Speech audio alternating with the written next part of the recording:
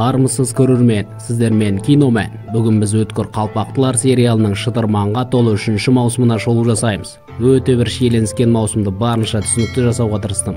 Сол үшін мұқият болыңыздар. Біз бастаймыз. Острые козырьки. Бірінші бөлім. Алдыңғы маусымда өлімнен аман қалған Томас Шелби енді Британ тағына қарыздар болып қалған еді. Бұдан кейін хикая әдетінше 2 жыл алдыға ауысады.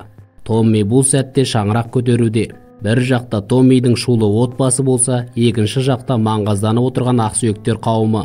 Кейіпкердің қалыңдығы әрине баласының анасы Грейс болады. Рәсімнен кейін Томмидің көзіне бөтен ер адам түседі. Шелбилар отбасы Грейстің туыстарының маңғаздана арнайы кавалерия киіммен келгендеріне разы емес. Томми бауырларына ештеңкеге қарамастан Грейс үшін жанжал шығармау керектігін қадап айтады. Чтобы никаких драк! Отырыс кезінде бөтен ер адам Поллиға жақындап, өзін Антон деп таныстырып, Ресейден келгенін айтады. Откуда? Из России. Какого черта? Вы говорите о русских делах? Бауырына жолдас болған Артур тос сөйлеуге тұрады, бірақ сөзге шорқақ ер адам ойындағысын жеткізе алмай ыңғайсыз жағдайға қалады. Артурды бұл уақытта дінге жақын Линда есімді әйелмен отау құрған еді. Қапалы Артур мен Томмидің әңгімесінен Грейстің алдыңғы күйеуі өзіне қол жұмсап мерт болған анықталады, ал бұны әйелдің туыстары білмейді. Бірақ Томмиді қатты алаңдататыны орыстар бұл түні отбасына бірдеңке жасайды ма деген қорқыныш. Сол арада Антон Томмимен сөйлескісі келетін жеткізеді, бірақ алдымен құпия есімді атауы керек. Он хочет, чтобы вы назвали имя. При заключении сделки нам велели спросить пароль. Константин. Пароль Константин. Содан кейін Томми Антонмен сөйлеседі. Ер адам Томмиға Ресейдегі өте беделді жаулары үнемі кейіпкер мен отбасын қадағалап отыратынын айтады. Бұнымен қоса Томми құпия тапсырманы орындауға арналған $10,000 қайда екенін сұрайды. Племянница князя везет их из Лондона. Мне сказали, деньги у связного. Бұл не қылған ақша екенін Полли мен Грейстің әңгімесінен білеміз. Русские роялисты покупают оружие, чтобы воевать с большевиками в Грузии. Черчилль выступил посредником. Сделку заключат сегодня. Ты в курсе? Қалпақтыларға әлі күнге дейін жұмыс істейтін сержант Моз Шелбиларға жас княжня Татьяна Петровнаны жеткізеді. Татьяна ақшаны тек делдал арқылы ғана бермекші. Бірақ делдал болып келген Антон құпия есімді дұрыс айтпаған. Сол себепті Томми оны тыңшы деп ойлайды. Татьяна оның қара шашты екенін айтқанда барлық күдік расталады. Сол себепті княжня ақшаны Томмиға тікелей беріп кетіп қалады. Енді жалған Антонның жағдайын бір жақты ету керек. Томми оны әйелінің қолдауымен түзу жолға түсем ба деп жүрген Артурға тапсырады. Нет! Господом Богом прошу. Екінші бөлім. Томми көлік заводына барып басшысын қорқытып, қойманың бірінің кілтін алады. Бұл жерде бірінші дүниежүзілік соғыстан қалған 27 бронды көліктер бар. Оларды кейіпкер орыстарға ұрлап беру керек. Бронды көлікті көргеннен кейін Томми экономикалық лиганың немесе D секциясының мүшелерімен кездесуге келеді. Кездесуге Джон Хьюз әкей жалғыз келген. Ол өте бір жағымсыз әрі азғын діндар адам. Екеуі Томмидің миссиясын талқылайды. Кеңестік Грузияда революция орнату үшін Томми орыстарды қару-жарақпен қамтамасыз етіп, Британ корольдігін, яғни коммунистерді жеңуіне көмектесу керек. Сол уақытта Артур мен Джон италиялық гангстер Висенте Чангреттимен кездеседі. Ер адам екі жақ бандасы бейбіт келісімге келгенін қалайды. Бірақ оның үлкен баласына Томмидің хатшысы Лизимен кездесуіне қарсы болуда. Вашему сыну будет трудно гулять простреленными коленями. Это слишком. Бұндай сөзден кейін Чангретти ашулы кетеді. Полли Джонға келіп, Чангреттидің үлкен ұлы Джонды өлтіретін адамдарға айтып жүргенін жеткізеді. Жағдайды реттеу үшін әйел Джоннан айтқан сөзі үшін кешірім сұрауын, болмаса татуласуын бұйырады. Жопу все! Я сам разберусь с его лицом, ясно? Джон! Отбасының өзін әлсіз көрсетуін өтінгеннен ашуланған Джон кіші Чангреттиді соққыға жығып, қалпағындағы ұстарамен көзін ойып тастайды. Томми кітапханадағы қарындасы Эйдаға келіп, Романовтар жайлы ақпаратты сұрайды. Содан кейін қонақ үйде жатқан Леонид Романовпен кездесуге келеді. Ол жерден кейіпкер князьдің қарызға батқаны соншалық таңғасына мардымда ас іше алмай жүргенін біледі. Томми князьбен кітапханадан оқыған ақпаратымен бөліседі. Вы ведь не близкий родственник Романовых. Вы грузин. Мне дали 10 тысяч, хотя обещали 40. А такая работа стоит недешево. Бұдан кейін князь жалған кедей болып жүргенін айтады. Олар әйелі және жиені Татьянамен Лондонға қашқанда көптеген асыл тастарды алып келгенін жеткізіп, алдыңғы бөлімде орыс тыңшысын өлтіргені үшін үлкен көк сапфир тасын ұстатады. Полли мен Артур Джонның әрекетін Томмиға жеткізеді. Екеуінің таңданысына қарай Томми інісін итальяндықтар алдында тізе бүкпегені үшін мақтайды. Если извинишься раз, придется делать это снова и снова, словно вытаскивать кирпичи из стены дома. Содан кейін сол түні итальяндықтардың 2 сырағанасын басып алуға бұйрық береді. Бұл уақытта барлық істің басында тұрған князьдің әйелі Изабелла күйеуіне Томми мен істері біткеннен кейін өлтіруді тапсырады. Яғни кейіпкер оларға дәл сол брон көліктерін жеткізгеннен кейін. Сможешь? Конечно. Томми князьдан алған сапфир тасынан әйелі Грейске арнап алқа жасатып сыйға беріп, қайырымдылық қорына арналған кешкі асқа тағуын сұрайды. Артур болса дінге жақын әйелі мен бауырларының ортасында екі оттың арасында қалғандай сезініп, ағайындылардың ара қатынасы қиындай береді. Кейін полиция күтпеген жерден Шелбилардың букмекерлік кеңселеріне басып кіріп, Томмиді тұтқындайды. Бұл әрекетті экономикалық лига күшін көрсету үшін жасап, Хьюз әкейді сөйлесуге жіберген. Хьюз Томмиға Лондондағы коммунистермен байланысып жүрген қарындасы Эйдадан аулақ жүруін бұйырады. Еще раз придете к сестре, и ее собьет машина. Содан кейін үйіне барып, баласының жастығының астын қарауын сұрайды. Кооперативный крематорий, Чарльз Шелби. Покойся с миром. Бұл балаңды өлтіруі мүмкін деген жолдама еді. Кейін Поллидің суретін салуға жалданған Рубен Оливер әйелді керемет көйлекпен көріп тілін жұтып қояды. Эйда екеуінің араларында сезім пайда болғанын сезіп, ер адамды кездесуге шақыруға Поллиді көндірмек болады, бірақ әйел бас тартады. Қайырымдылық қорына ақша жинау үшін Грейс кешкі ас ұйымдастырады. Бұл қорды қалпақтылар заңсыз ақшаларын заңдастыру үшін құрған болуы керек. Кешкі асқа Хьюз әкей мен парламенттің мүшесі, әрі дәл сол экономикалық лиганың мүшесі Патрик Джарвис келеді. Олар Томмиға брондалған көліктерді көргісі келетіндерін, оған қоса князь жиені Татьянаны жағдаймен танысу үшін жібергенін айтады. Томми оны фабрикаға апарудан бас тартқанымен екеуі таңдау қалдырмайды.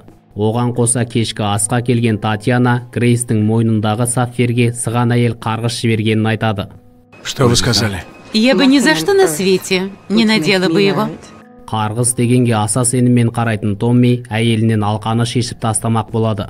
Сол сәтте итальяндық Чангреттидің адамы Томмиді өлтірмек болып мүлт кетіп, Грейстің жүрегінен атады.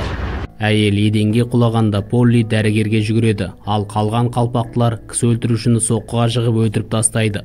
Чангретти баласының кегін осылай қайтарған. 3-ші бөлім. Грейстің өлімінен кейін өзін жоғалтып алған Томми отбасын елемей түнде далада ұйықтап жүреді. Он вернулся. Возвращается по утрам, чтобы увидеть Чарльза и покормить лошадей. Ақырында Томми, Полли мен Майклды өзіне шақыртып, заңды жұмыстары жайлы біліп, нұсқаулар береді. Содан кейін Артур мен Джон, Полли мен Майклдан кейін екінші болып кіргендеріне наразы болады. Законный бизнес, Джон, это главное. Олар Анджело Чангреттиді өлтірген, ал Грейстің өліміне тікелей қатысы бар әкесі Висенти Нью-Йоркқа жүзіп кету үшін Ливерпульға кетіп қалған. Томми бауырларына Висентені алдына әкеліп, әйелін өлтіруді тапсырады. Миссис Чангретта была нашей учительницей. Она хорошая женщина, Том. Но раз она добрая, то попадет в рай, так, Артур? Бірақ екеуі мейірімді болған мұғалімдерін өлтіргілері келмейді. Джон Томмидің лас тірліктерімен айналысып, қуыршағы болудан шаршаған. Отбасы Томми жоқ кезде асханаға жиналғанда Артур, Джон екеуінің барлығының арттарын жинап, қоқсықтарын төгетін адам болғандарын ашуланып, қаһарын құжаттармен айналысатын Майклға төгеді. Я не просил отдельной встречи. Томми осы сәтте баласын алып ат арбамен Уэльске кетіп қалады. Түнде Джон мен Артур Майклды далаға алып шығып, тапаншамен атуға үйретеді. Ішімдікке сылқия тойған Майкл екеуіне тапаншаны кезекпен тақап, заңсыз бизнестері өзіне қатты ұнайтынын бар ынтасымен білдіреді. Ортаға түскен Полли баласына үйге кіруді бұйырғанда жігіт маңғаздана жауап қатады. Я уже не ребенок, черт возьми. Келесі күні Артур мен Джон заводқа келіп, Брон көліктерін кедергісіз ұрлау үшін барлық коммунист жұмысшыларды жұмыстан шығаруды талап етеді. Сол арада Оливер неліктен Поллидің суретін салып жүргенін айтады. Ер адам әйелдің жүрегін жаулап алмақшы. Томми Уэллске жетіп, сыған көріпкелмен жүздеседі. Кейіпкер оған сапфирді ұстатып, мойныңа тағатын бедің деп сұрайды. Оның естігісі келгені таста қарғыс бар. Сен оның өліміне кінәлі емессің деген сөздер еді. Он проклят. И это проклятие обжигает мне руку. Сығанда Томми да бұл сөздерге іштей сенбейді. Бірақ сапфирден құтылғаннан кейін кейіпкердің жаңа тынысы ашылғандай болады. Артур мен Джон Ливерпульда кемеге отырғалы жатқан Чангреттиді ұстап алады. Бірақ Томми айтқандай әйелін өлтірмей, бұрынғы ұстаздарын босатып жібереді. Жан дүниесін ашу мен кек кернеген Томми шалды қинап өлтіретінін айтады. Бірақ Артур Томмидің сөзіне жауап бере алмай жатқанын көріп, шалды атып тастайды. Томми үйіне келіп Эйдамен сөйлеседі. Эйда коммунист достарынан кеңес үкіметінен ақпарат жинайтын экономикалық лиганың ақпаратшысының есімін анықтаған. Джеймс Монкленд. Кейіпкер қарындасының жақсы жұмыс істейтінін аңғарып, кітапханадағы жұмысын тастап, Бостондағы бизнестерін заңды түрде басқаруды ұсынады. Сол арада Артур бауырларына әйелі жүкті екенін айтып, қуанышты жаңалығымен бөліседі. Томми Джеймс есімді ақпаратшыны полициядағы адамдарына ұстатып, тыңшының кім екенін анықтайды. Содан кейін кейіпкер кешкі ас ішіп отырған Изабелла, күйеуі, жиені және Хьюз әкейге келіп, брондалған көліктерді ұрлау жолының өзгергенін айтады. Өткір қалпақтар заводтағы коммунист жұмысшыларды жұмыстан шығартқаны естеріңізде болса, сол жағдайдың не үшін жасалғанын Томми айтып береді. Жұмыстан қуылғандар қарсылық көрсетіп көтеріліске шығады. Алпақтыларға бағынбайтын полициядағылар оларды басумен әлек болып жатқанда Брон көліктерін пойызға тиеп жібермекші. Әрі көтеріліс кезінде фабрикада өрт шығады. Кейіпкердің танысы барлық брондалған көліктер зақымдалған, көліктің барлығын есептен шығарып жою керек деген анықтама береді. Сол себепті олардың қайда кеткенін ешкім білмейді. Татьяна Томмиді шығарып салғанда, кейіпкер оған экономикалық лигаға жұмыс істейтін Хьюз әкейдің кеңес үкіметінің тыңшысы екенін айтады. Если хотите, я убью его бесплатно. 4-ші бөлім. Ағайынды Шелбилардың әкелері үлкен Артур мерт болған. Ағайындылар қайтыс болған әкелерінің естелігі ретінде әрі осы сәттен бастап мәңгіге ұмыту үшін аңшылыққа шығады. Өйткені аңшылық әкелерінің ағайындыларға үйреткен жалғыз дүниесі еді.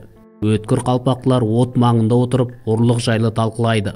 И кто же хочет купить 27 краденных броневиков? Томми бұл істен түскен табыстан кейін барлық заңсыз әрекеттерін тоқтата алатындарын айтады. Бірақ бәсте өте үлкен қауіп тұр. Сол арада ұяты оянған Полли майор Честерді өлтіргені үшін шіркеуге ағынан жарылуға барады. Оған қоса әкейге отбасының бір діндар адамды өлтіргелі жатқанын айтады. Что за священник?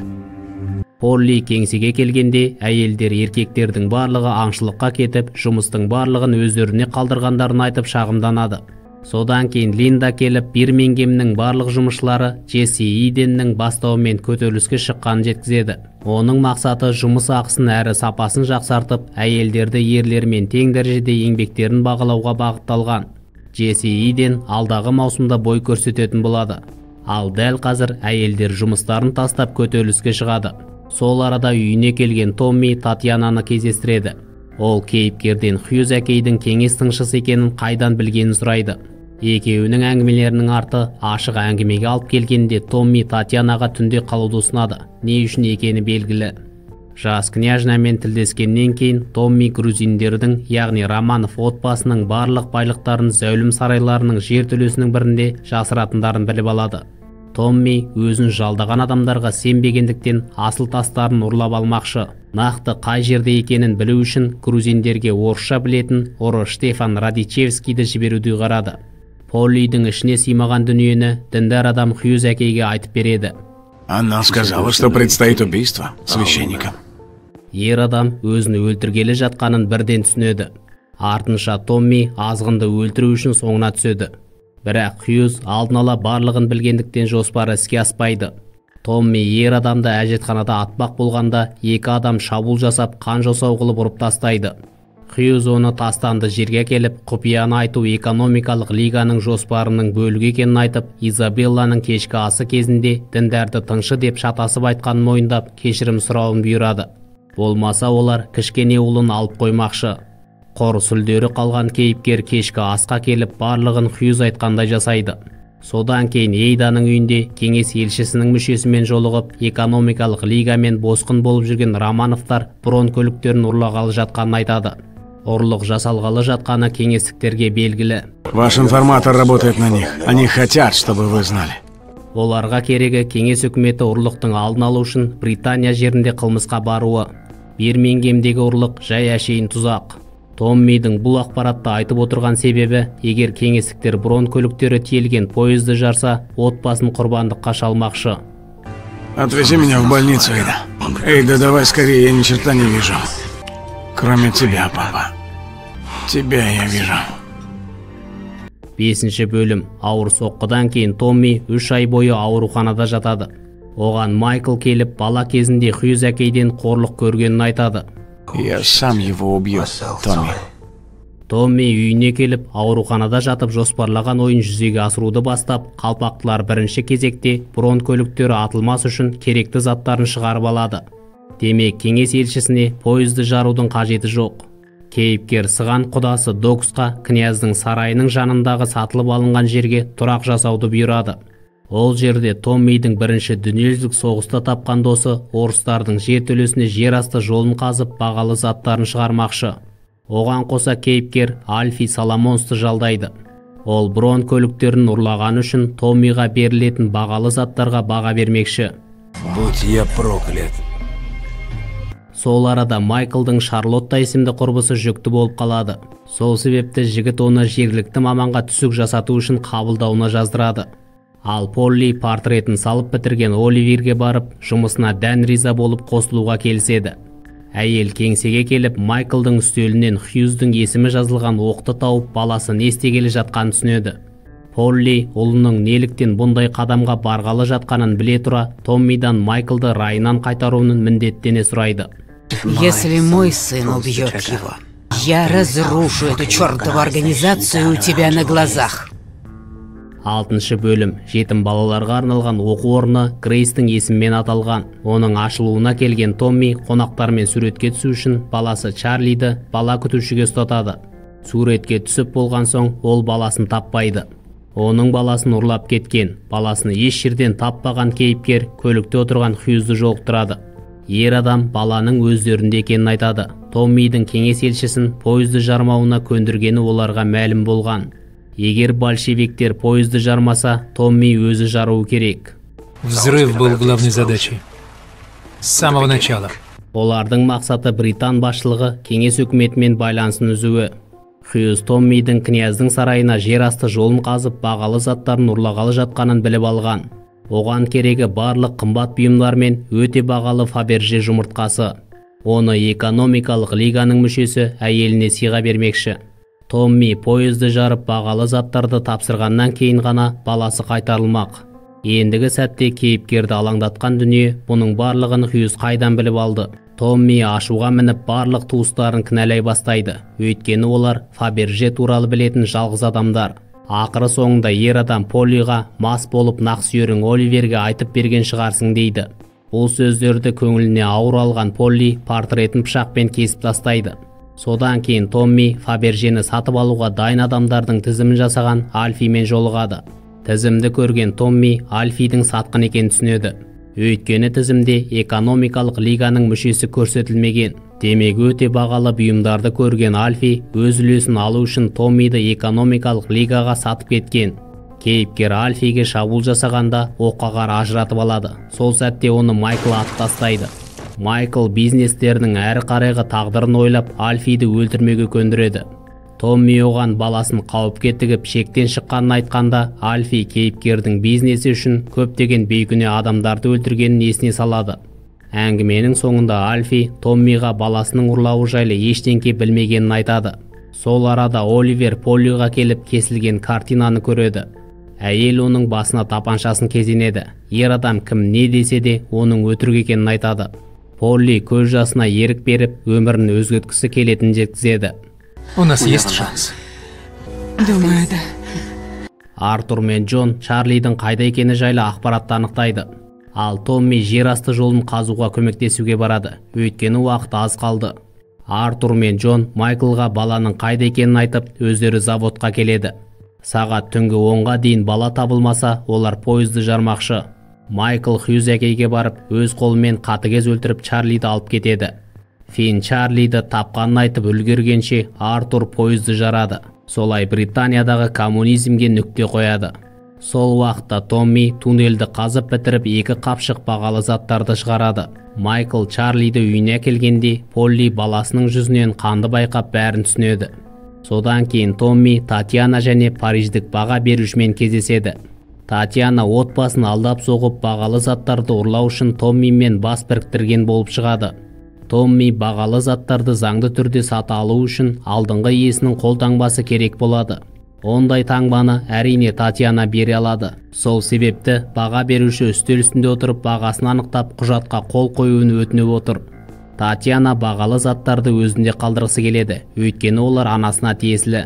Не болса да, егер оларды сатуға шешім қабылдаса, кез келген уақытта толық бағасына сата алады, өйткені ол корольдік ақ сүйектерден шыққан. Ал Томми болса, оларды әлде қайда арзан сатушы еді. Татьяна ақша толы чемоданды Томмиға ұстатып, ізін жасыру үшін баға берушіні өлтіріп тастайды. Үйіне келген Томми барлығынан күдіктенгені үшін отбасынан кешірім сұрап, уәде еткендей ақшаларын бөліп береді. Линда мен Артур өмірлерін өзгерту үшін Нью-Йоркқа кетпекші. Бірақ Томми Артурға ешқайда кетпейтінін айтады, өйткені полиция оны және отбасының басқа да мүшелерін тұтқындауға орден берген. Я заключил сделку. Нас всех повесят. Когда явится полиция, не сопротивляться. Артынша полиция Томмидан басқасының барлығын тұтқындайды.